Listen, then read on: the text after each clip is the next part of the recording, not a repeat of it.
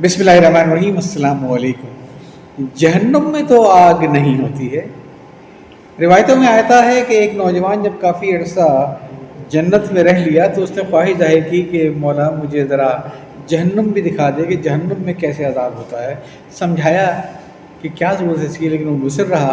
तो फिर याद मिल गई वो जाके जहन्नुम भी देख कर आ जाए। जब वो वापस आया तो पूछा कि तूने जहन्नुम में क्या देखा। उसने कहा कि मैंने दोज़खियों को अज़ाब में मुब्तला देखा, लेकिन मुझे बड़ी हैरत है कि मैंने जहन्नुम में आग नहीं देखी। उसे बताया गया कि जहन्नुम में आग नहीं होती है। उसने बड़ी हैरत से कहा कि मैंने तो वहाँ पे दोज़खियों को देखा था कि अपने जिस्म को नोच रहे थे कि हमारी जिल्द जल रही है, हम जल रहे हैं, हमें आग से बचाओ। वो क्या था? बताया कि वो आग में चल रहे थे, लेकिन आपने तो कहा था कि जहन्नुम में आग नहीं होती। वजह यह है कि वो लोग अपने अपने हिस्से की आग अपने साथ सीने से लेकर इस दुनिया में जाते हैं। क्यों? इसलिए कि जहन्नुम में तो आग होती ही नहीं है। जब हम दुनिया में किसी को अपने से ज़्यादा कुछ लेता देखते हैं तो बजाय से कि उसकी खुशी में खुश हो जाएं, हम हसद की आग में जलना शुरू कर देते हैं।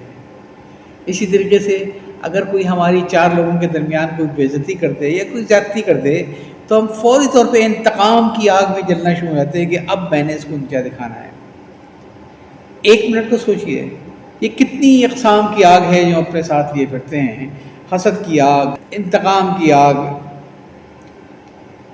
और इन आगों में न सिर्फ ये कि हम दुनिया में झुलसते हैं। क्यों? अगर मैं उसकी खुशी में खुश हो जाता तो यकीनी बात है कि मैं खुद भी बड़ा हल्का फुल्का होता, बड़ा फील गुड फैक्टर मेरे साथ होता। लेकिन मैंने हसद का इंतखाब किया। अगर मैं उसको खुले दिल से माफ़ कर देता और अल्लाह के मामलात को छोड़ देता तो यकीनन मैं फिर रात को खुद पुरसकून सो सकता था। किसी ने कहा है कि नेकी अपना इनाम खुद है।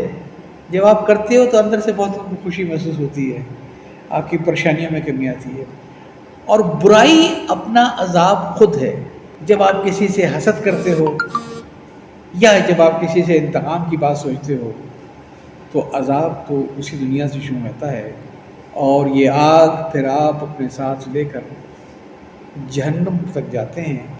इजाज़त चाहता हूँ। अल्लाह हाफ़िज़।